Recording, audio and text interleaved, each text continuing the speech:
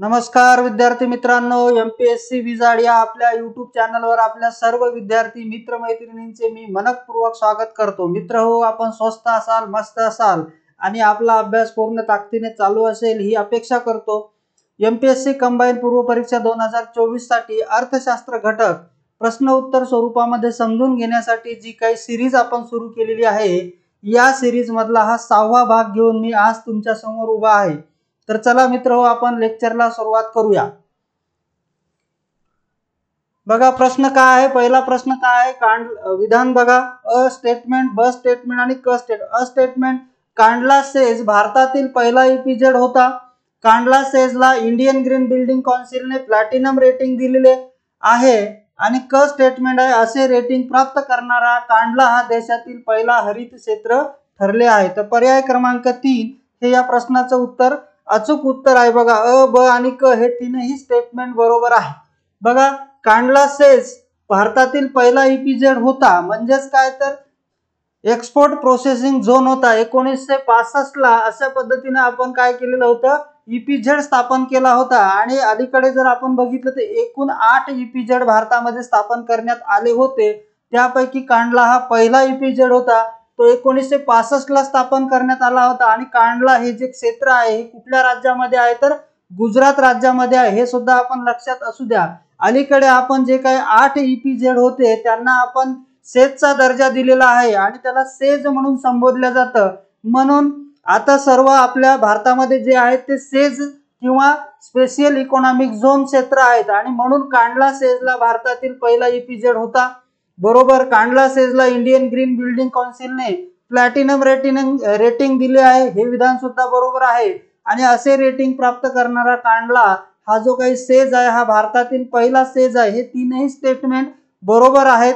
पर्याय क्रमांक 3 हे या प्रश्नाचं अचूक उत्तर आहे। आपल्या परीक्षेच्या दृष्टीने ही माहिती लक्षात असू द्या। बघा पुढचा प्रश्न काय, पैशाचा पुरवठा या संदर्भात खालील वाक्य विचारात घ्या। रिझर्व्ह बँक सध्या पैशाच्या पुरवठ्याविषयीचे अंदाज यम या पैशाच्या पुरवठ्याच्या संकल्पनेच्या आधारे व्यक्त करते। आणि दुसरं विधान आहे, M1 संकल्पना रोखतेच्या संदर्भात उच्च प्रमाण स्पष्ट करते आणि M2, M3, M4 या संकल्पना रोखतेच्या संदर्भातील उतरते प्रमाण स्पष्ट करतात। वरीलपैकी कोणते वाक्य बरोबर आहे? तर बघा पर्याय क्रमांक फक्त ए, फक्त बी, ए आणि बी दोन्ही की वरीलपैकी नाही, असं आपल्याला लक्षात घ्यायचं आहे। तर बघा रिझर्व्ह बँक सध्या पैशाच्या पुरवठ्याविषयी M1 या पुरवठ्याच्या संकल्पनेच्या आधारे व्यक्त करते, म्हणजे पैशाविषयीचे जे अंदाज आहेत ते M1 याच्या आधारे व्यक्त करते का? तर हे स्टेटमेंट चूक आहे। कारण 1977 च्या पूर्वी M1 ही संकल्पना वापरल्या जात होती। 1977 नंतर रॅडक्लिफ नावाच्या समितीने ज्या काही सुधारणा सुचवल्या होत्या त्यानुसार पैशाच्या पुरवठ्याच्या संकल्पनेमध्ये M1, M2, M3 आणि M4 ह्या संकल्पना स्वीकारण्यात आल्या होत्या।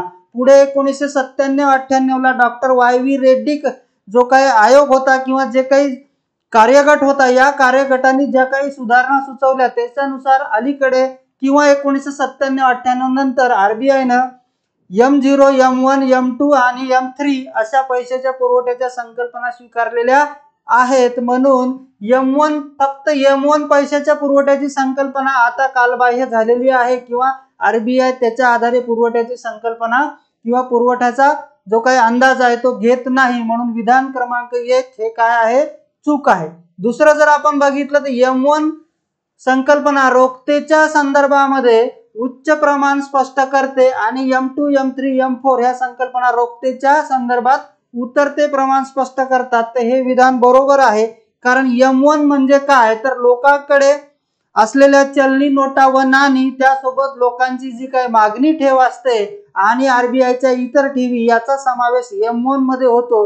आणि M1 ही जी संकल्पना ही रोखतेच्या आधारे किंवा रोखतेचे जे काही प्रमाण आहे ते उच्च प्रमाण हे M1 मध्ये असते आणि M2, M3, M4 कडे जर आपण गेलो तर रोखतेचे प्रमाण कमी कमी होत जात असते। म्हणून स्टेटमेंट क्रमांक जे काय 2 हे बरोबर आहे। म्हणून या प्रश्नाचं जर उत्तर बघितलं आपण तर पर्याय क्रमांक 2 हे आपल्या परीक्षेच्या दृष्टीनं लक्षात ठेवायचं। M1, M2, M3 आणि M0 अशा पद्धतीने ज्या 4 पुरवठ्याच्या संकल्पना आहेत, पैशाच्या पुरवठ्याच्या संकल्पना, ह्या आपल्याला परीक्षेला विचारत असतात। M0 म्हणजे काय तर उच्च शक्ती पैसा, M1 म्हणजे संकुचित पैसा, M3 म्हणजे विस्तृत पैसा। हे सुद्धा आपण आपल्या परीक्षेच्या दृष्टीने लक्षात असू द्या। चला पुढचा प्रश्न बघूया। 31 मार्च 2023 रोजी घोषित करण्यात आलेल्या व्यापार धोरणानुसार भारताची निर्यात 2030 पर्यंत रिकामी जागा पर्यंत वाढविण्याचे उद्दिष्ट ठेवण्यात आले आहे। अशा पद्धतीने आकडेवारी बेस्ड क्वेश्चन आपल्याला येऊ शकतो। म्हणून बघा 2 लाख डॉलर, 2 लाख कोटी डॉलर, 3 लाख कोटी डॉलर, 4 लाख कोटी डॉलर्स आणि 5 लाख कोटी डॉलर्स, अमेरिकन डॉलर्स, असं लक्षात ठेवायचं। तर बघा जे काही व्यापार धोरण आपण अलीकडे मांडलेलं आहे आणि या व्यापार धोरणानुसार भारताची निर्यात 2030 पर्यंत कुठपर्यंत न्यायची आहे याचं जे उद्दिष्ट ठरवलेलं आहे ते पर्याय क्रमांक 1 2 लाख कोटी डॉलर्स अशा पद्धतीने त्याचं आकडेवारी आपण लक्षात ठेवायची परीक्षेच्या दृष्टीने। पुढचा प्रश्न बघूया मित्र। अलीकडील सार्वजनिक उपक्रमाच्या कामगिरीवरून नवीन आर्थिक पर्यावरणामध्ये सार्वजनिक उपक्रम तेव्हाच चांगली कामगिरी करू शकतात जेव्हा पुरेशी स्वायत्तता दिल्यानंतर, पर्याय क्रमांक 2 नोकरशाही व राजकीय नियंत्रणात घट आणि सार्वजनिक उपक्रमामध्ये खाजगी संस्कृती सुरू करणे। तर पर्याय क्रमांक 4 काय वरीलपैकी सर्व उपाययोजना।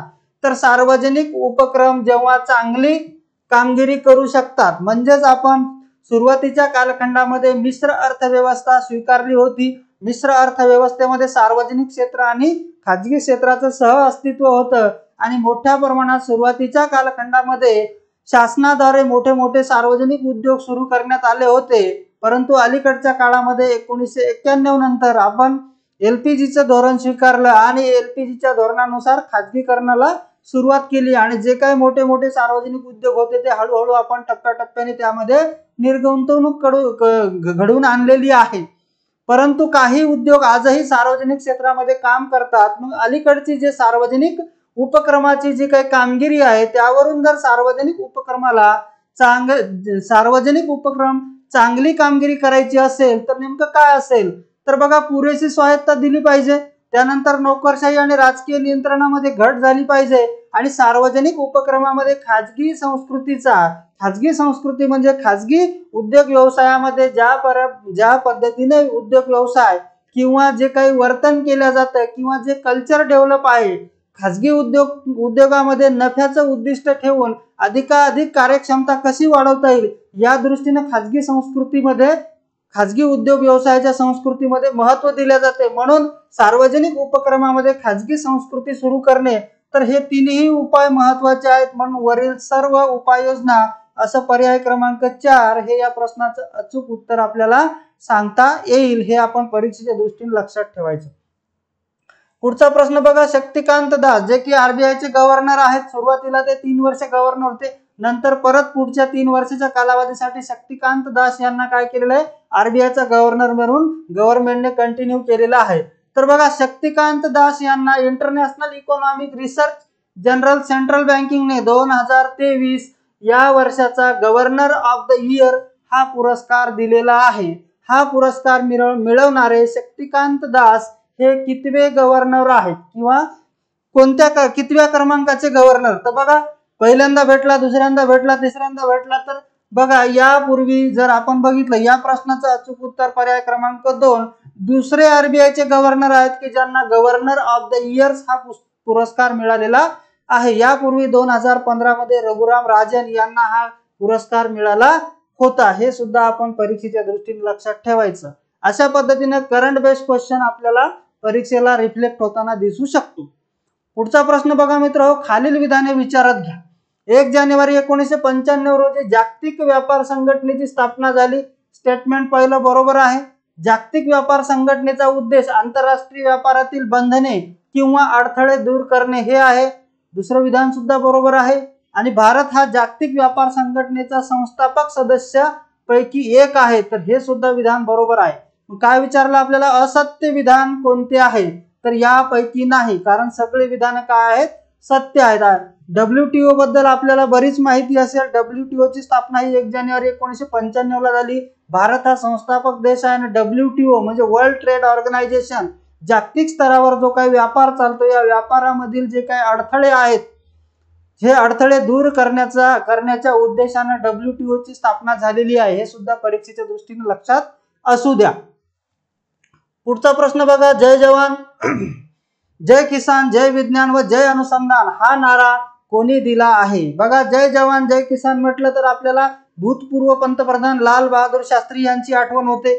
जय जवान जय किसान जय विज्ञान म्हटलं तर माननीय अटल बिहारी वाजपेयी यांची आपल्याला आठवण होते. परंतु जय जवान जय किसान जय विज्ञान आणि जय अनुसंधान याचा नारा कोणी दिला तर आपल्याला लक्षात घ्यावं लागेल. पर्याय क्रमांक 1 नरेंद्र मोदी, सध्याचे जे काही भारताचे पंतप्रधान आहेत त्यांनी अशा पद्धतीने घोषणा केलेली आहे. हे परीक्षेच्या दृष्टीने आपण लक्षात ठेवायचं आहे. पुढचा प्रश्न बघूया मित्र, goods and service tax GST tax आपल्याला सर्वांना माहिती आहे. 1 जुलै 2017 भारतामध्ये GST टॅक्स लागू झालेला आहे आणि GST बद्दल वारंवार MPSCच्या किंवा कुठल्याही स्पर्धा परीक्षेला प्रश्न येत असतात. मग नेमकं GST काय? हा एक अप्रत्यक्ष कर आहे. प्रत्यक्ष आणि अप्रत्यक्ष असे 2 कराचे प्रकार असतात. त्यामध्ये GST गुड्स अँड सर्व्हिस म्हणजे वस्तू आणि सेवेवर लावणारा जो कर आहे तो काय आहे? अप्रत्यक्ष कर आहे. दुसरी गोष्ट, हा पुरवठा, यात पुरवठा हा टॅक्सेबल इव्हेंट आहे. बरोबर, पुरवठ्याच्या बाजूने जसा जसा वस्तूचा पुरवठा होत जातो तसा प्रत्येक स्टेजला किंवा प्रत्येक पॉइंटला काय केलं जातं? GST हा आकारला जात असतो. म्हणून काय म्हटलेलं आहे? यात पुरवठा हा टॅक्सेबल इव्हेंट आहे. GST काउन्सिलद्वारे कर गोळा करणारा भारत हा ब्राझील आणि कॅनडा नंतर 3रा देश आहे. हे परीक्षेच्या दृष्टीने अतिशय महत्वाचं आहे. GST काउन्सिलचे अध्यक्ष कोण असतात? तर केंद्रीय वित्त मंत्री हे GST काउन्सिलचे अध्यक्ष असतात. सध्या केंद्रीय वित्त मंत्री कोण आहेत? निर्मला सीतारामन ह्या आहेत. हे लक्षात ठेवायचं. अप्रत्यक्ष कराचे एकत्रीकरण करून एक देश एक बाजारपेठ प्रत्यक्षात आणणे हा उद्देश GST लागू करण्यामागचा होता. तर खाली काय म्हटलेलं आहे? अचूक विधानाचा पर्याय निवडा. तर हे सर्व विधान काय आहेत मित्रहो? बरोबर आहेत. परीक्षेच्या दृष्टीने आपण पर्याय क्रमांक 4 हे या प्रश्नाचं अचूक उत्तर आहे. बघा, अप्रत्यक्ष कर म्हणजे काय? तर असा कर की ज्या कराच्या बाबतीमध्ये कराचा आघात हा एका व्यक्तीवर आणि कराचा जे काही भार असतो तो दुसऱ्या व्यक्तीवर पडत असेल तर त्याला आपण अप्रत्यक्ष कर म्हणत असतो. वस्तू आणि सेवेवर लावणारे सर्व कर किंवा सीमा शुल्क असेल किंवा आयात शुल्क असेल यासारखे जे कर असतात ते अप्रत्यक्ष कर आहेत, असं आपण परीक्षेच्या दृष्टीने लक्षात ठेवायचं. बघा, पुढचा प्रश्न आहे, खालीलपैकी कोणती केंद्र सरकारची थकीत देयता नाही? म्हणजेच काय? तर जेव्हा आपण सार्वजनिक वित्ताचा अभ्यास करतो तेव्हा सार्वजनिक खर्च, सार्वजनिक उत्पन्न आणि यासोबतच सार्वजनिक उत्पन्न कमी असेल किंवा कमी पडत असेल तर सरकार काय करत असते? कर्ज उभारणी करत असते. आणि या कर्ज उभारणीचे वेगवेगळे प्रकार आहेत. अल्पकालीन, दीर्घकालीन, परदेशी कर्ज, अंतर्गत कर्ज असे सुद्धा प्रकार आपल्याला दिसून येतात. मग नेमकं खालीलपैकी कोणती केंद्र सरकारची थकीत देयता नाही म्हणजे लायबिलिटी नाही? तर कुठलीही. बघा, अंतर्गत कर्ज जर घेतले असतील तर ते व्याजासह आपल्याला परतफेड करावी लागतील. बाजार कर्ज घेतले असतील, बाजार कर्ज हे आपण अंतर्गत किंवा देशांतर्गत लोकांकडून सुद्धा घेऊ शकतो आणि बहिर्गत देशाकडून सुद्धा आपण घेऊ शकतो. बाजार कर्ज घेतलं असेल तर आपल्याला काय करावं लागेल? व्याजासह परतफेड करावी लागेल, म्हणजे ही सुद्धा लायबिलिटी आहे. त्यानंतर कोषागार विपत्रे किंवा त्याला राजकोषीय पत्रे सुद्धा म्हणतात. ट्रेझरी बिले, जे काही अल्पकालीन कालखंडासाठी शासनाला जर निधी कमी पडत असेल तर शासन काय करत असतो? जे काही ट्रेझरी बिल आहेत ते मार्केटमध्ये किंवा अर्थव्यवस्थेमध्ये त्याची विक्री करत असते आणि त्याच्या माध्यमातून काय करत असते? कर्ज उभारणी करत असते. आणि राजकोषीय विपत्राच्या माध्यमातून किंवा ट्रेझरी बिलाच्या माध्यमातून जे कर्ज उभारणी केली जाते त्याला अल्पकालीन कर्ज म्हणतात. म्हणून कोषागार विपत्रे हे सुद्धा काय आहे? लायबिलिटी आहे. त्याच्या माध्यमातून आपण कर्ज घेत आहे. म्हणून चौथा पर्याय विदेशी मदत.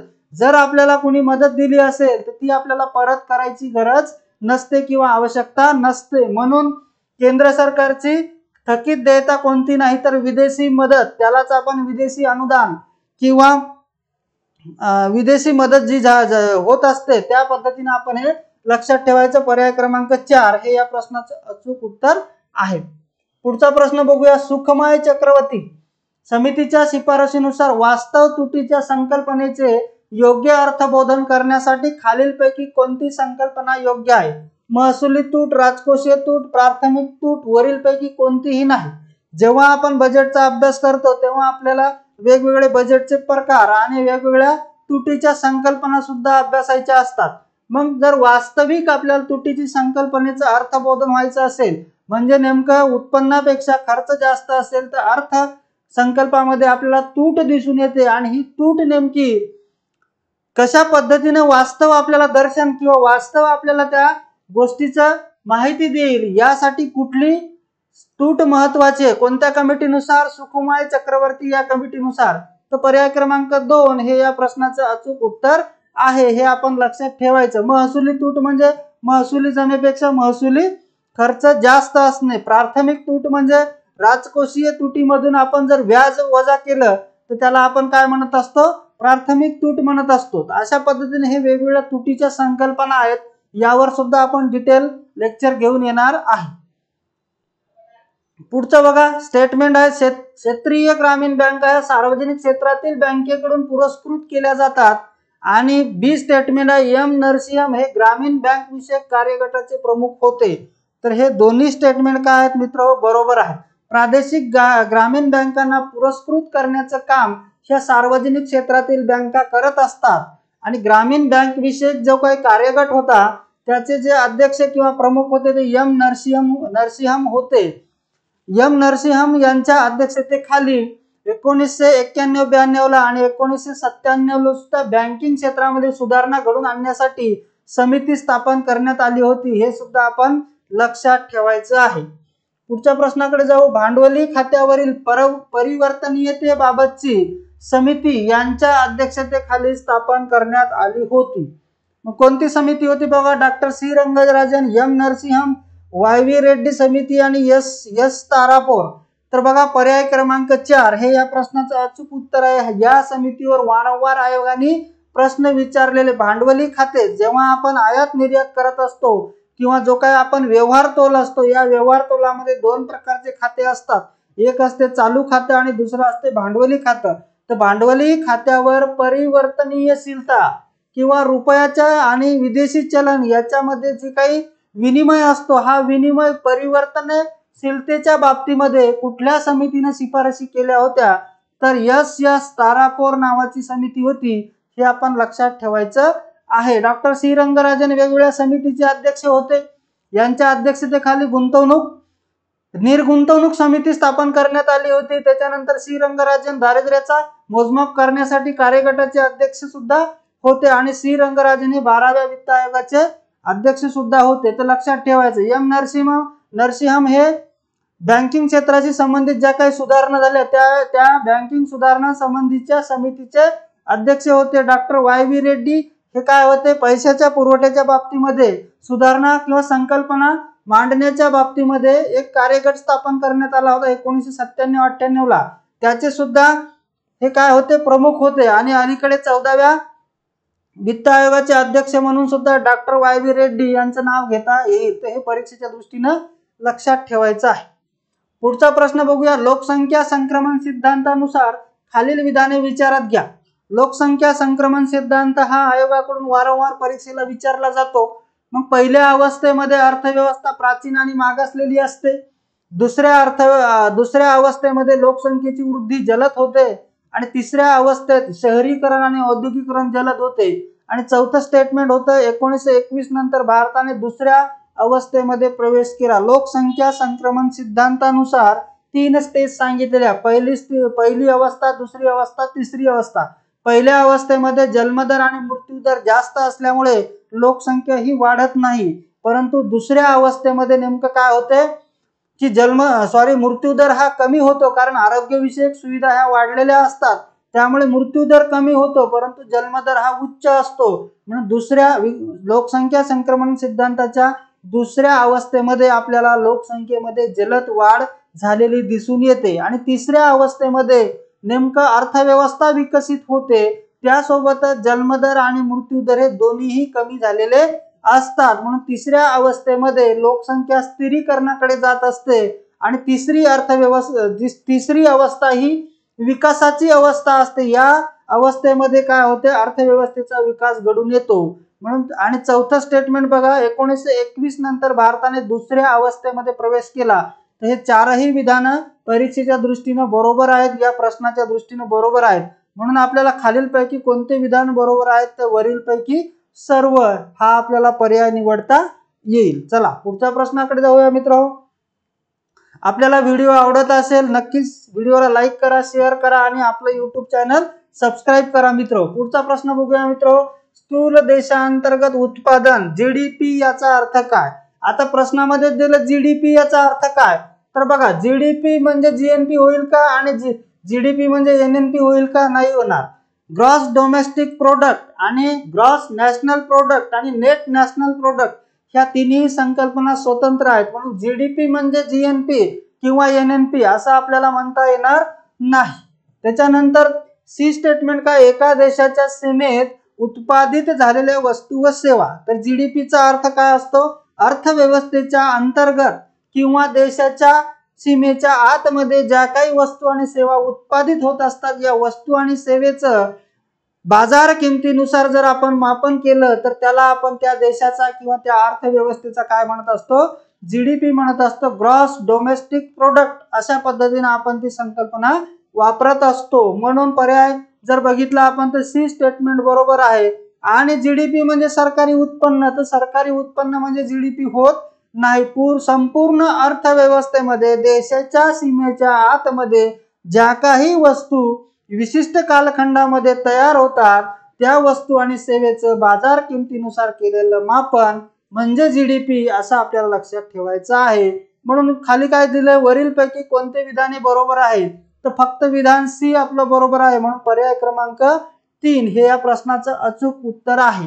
राष्ट्रीय उत्पन्न हा आपल्या अभ्यासक्रमाचा एक भाग आहे आणि यावर आयोगाने वारंवार प्रश्न विचारलेले आहेत, हे सुद्धा आपण लक्षात असू द्या. बघा, ज्यांचा नागवणूक दर रिकामी जागा टक्के किंवा त्यापेक्षा जास्त असते असे कुटुंब अनेक अंगाने गरीब असते. काय पर्याय आहेत? 20.33, 40.33, 50.33 आणि 33.33. तर आपण जर बघितलं एचडीआय म्हणजे ह्युमन डेव्हलपमेंट इंडेक्स 1990 ला आला होता आणि ह्युमन डेव्हलपमेंट इंडेक्स किंवा मानवी विकास निर्देशांकासोबतच 1997 पासून मानवी दारिद्र्य निर्देशांक प्रसिद्ध केला जात होता. परंतु अलीकडे 2010 ला मानवी दारिद्र्य निर्देशांकाची जागा ही मल्टी डायमेन्शनल पॉवर्टी इंडेक्स म्हणजेच एमपीआय बहुआयामी दारिद्र्य निर्देशांकाने घेतलेली आहे. आणि मग बहुआयामी दारिद्र्य मोजत असताना आपण वंचितता किंवा डिप्रिव्हेशन किती आहे यावर आपण ते कुटुंब बहुआयामी दारिद्र्य आहे किंवा नाही ठरवत असतो. मग ज्यांचा नागवणूक दर किंवा डिप्रिव्हेशन रेट हा 33.33 पेक्षा जास्त असेल म्हणजे 33.33 किंवा त्याच्यापेक्षा जास्त असेल तर त्याला आपण म्हणतो बहुआयामी दारिद्र्य असलेलं कुटुंब आणि त्या कुटुंबातील सर्व व्यक्ती. मग बघा मित्र, जो काही आपला एमपीआय आहे हा एमपीआय किती असतो? तर 0 पासून 100 पर्यंत असतो. हा 0 पासून 100 पर्यंत असतो. 0 पासून 20 पर्यंत असेल तर कुटुंब निर्धन आहे म्हणजे त्याला काय म्हणतो? गरीब नसलेलं कुटुंब आहे. परंतु 20 पासून 33.33 पर्यंत असेल तर त्याला आपण असुरक्षित गट म्हणत असतो. आणि 33.33 च्या वर जर तुमचा एमपीआय असेल तर त्याला आपण बहुआयामी दारिद्र्य म्हणतो, बहुआयामी गरीब म्हणतो. आणि 50% वर किंवा 50% वर जर असेल तर त्याला आपण काय म्हणतो? अत्याधिक बहुआयामी कुटुंब, अत्याधिक बहुआयामी दारिद्र्य कुटुंब किंवा मल्टी डायमेन्शनल पॉवर्टी जो इंडेक्स आहे तो 50% पेक्षा जास्त असेल तर त्याला अत्याधिक म्हटलं जातं. अत्याधिक बहुआयामी दारिद्र्य कुटुंब असे ते म्हणता येतं. मग हे आपल्याला परीक्षेला विचारल्या जाऊ शकतं. मग एमपीआय कधी आला? 2010 ला आला. कुठली जागा घेतली? तर एचपीआय म्हणजे मानवी दारिद्र्य निर्देशांक 1997 ची जागा घेतली. त्यानंतर एमपीआय मध्ये किती आयाम असतात? तर एमपीआय मध्ये 3 आयाम असतात. एक म्हणजे आरोग्य, त्याच्यानंतर दुसरं म्हणजे शिक्षण आणि तिसरं म्हणजे राहणीमान. तिसरं म्हणजे आयाम कुठला? तर तिसरा जो आयाम आहे तो राहणीमान असं आपल्याला सांगता येईल. या ठिकाणी 2 निर्देशक आहेत बरोबर. या ठिकाणी सुद्धा 2 निर्देशक आणि या ठिकाणी 6 निर्देशक असतात. असे 10 निर्देशक मिळून आपल्या 3 आयामाच्या आधारे काय केलं जातं? एमपीआय काढल्या जात असतो. यावर वारंवार आयोगाने प्रश्न विचारलेले आहेत, हे सुद्धा आपण लक्षात असू द्यावे. बघा मित्र, या लेक्चरच्या माध्यमातून जे काही क्वेश्चन्स आपण डिस्कस केलेले आहेत, नक्कीच याचा फायदा आपल्या परीक्षेला होणार आहे, आपल्या अभ्यासाला दिशा मिळणार आहे। तर व्हिडिओ आवडला असेल तर लाईक करा, शेअर करा आणि आपलं YouTube चॅनल सबस्क्राइब करा मित्र। या ठिकाणी आपण थांबूया। धन्यवाद।